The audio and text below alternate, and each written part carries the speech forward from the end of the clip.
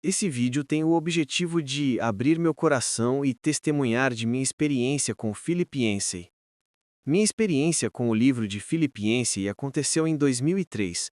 Eu tinha 23 anos, havia lido seu livro Decepcionado com Deus e fui momentaneamente influenciado por ele, infelizmente negativamente.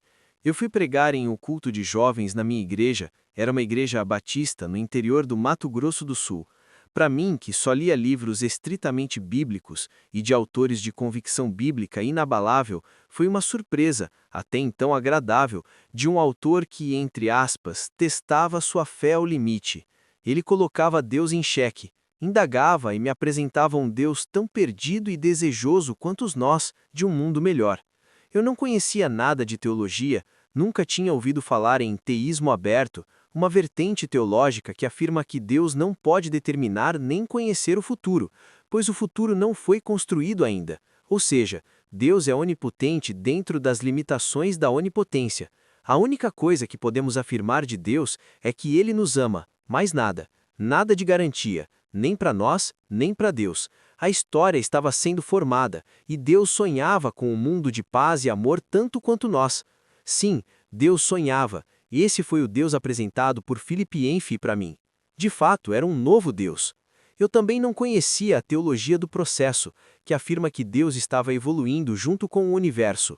Philip Yancey era a mistura dessas duas teologias nefastas e antibíblicas.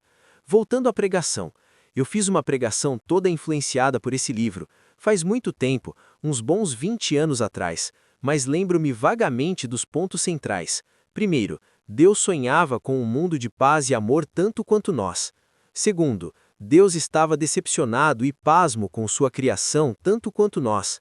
Terceiro, Deus gostaria de ser amado e buscava ser amado, mas não pode influenciar os homens e, portanto, era impotente quanto a mudar os corações, sempre esperando que o homem usasse sua potencialidade para enxergá-lo. Quarto, muitas, mas muitas citações de Buda, Lao Tse, Confúcio, Zoroastro, Gandhi e outros. Na época eu achei demais, um homem que pensava fora da caixa. Enquanto eu pregava esse lixo para os jovens da igreja, eu via o pastor, no último banco, balançando a cabeça, quase desesperado, quase me tirando do púlpito. Deveria ter tirado. Depois do culto, ele veio falar comigo. Disse que eu devia conhecer melhor a Deus. Fiquei ofendidíssimo. Como assim? Ele era um pastor conservador batista e eu havia sido tocado aos 13 anos com o Espírito Santo. Eu havia falado em línguas e eu não conhecia a Deus. Na verdade, aquela declaração do pastor realmente era uma meia-verdade. Eu realmente conhecia ao Senhor, mas aquele livro, acrescido a uma fase de crise de fé, me fizeram ter momentaneamente uma visão deturpada e falsa do verdadeiro Deus. Esses autores sempre nos são apresentados em crises de fé e eles ajudam a piorar as coisas. Alguns anos se passaram, e mesmo antes de fazer teologia, eu percebi que aquele livro, Decepcionado com Deus, de Philip Yancey, era um lixo. Tudo, ou quase tudo, era uma mistura de teologia liberal, ecumenismo, teísmo aberto e teologia do processo. Uma mistura dos infernos.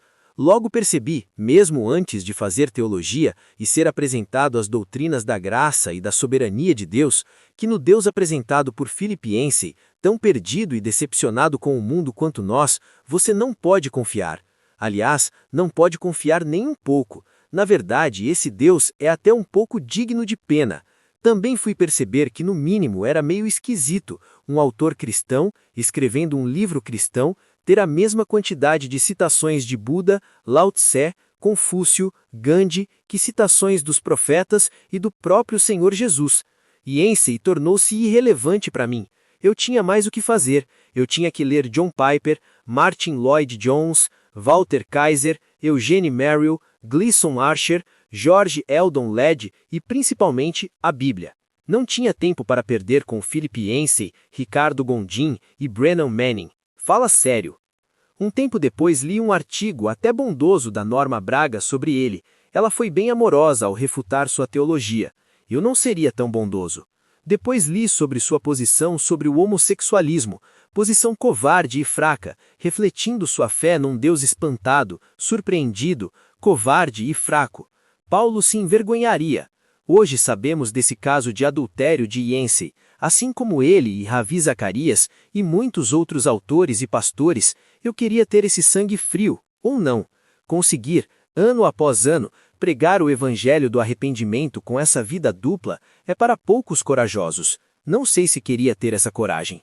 Eu sei que homens fiéis podem cair. Douglas Wilson acobertou um caso de abuso em sua igreja. Steven Lawson trocou mensagens picantes com uma mulher por Instagram.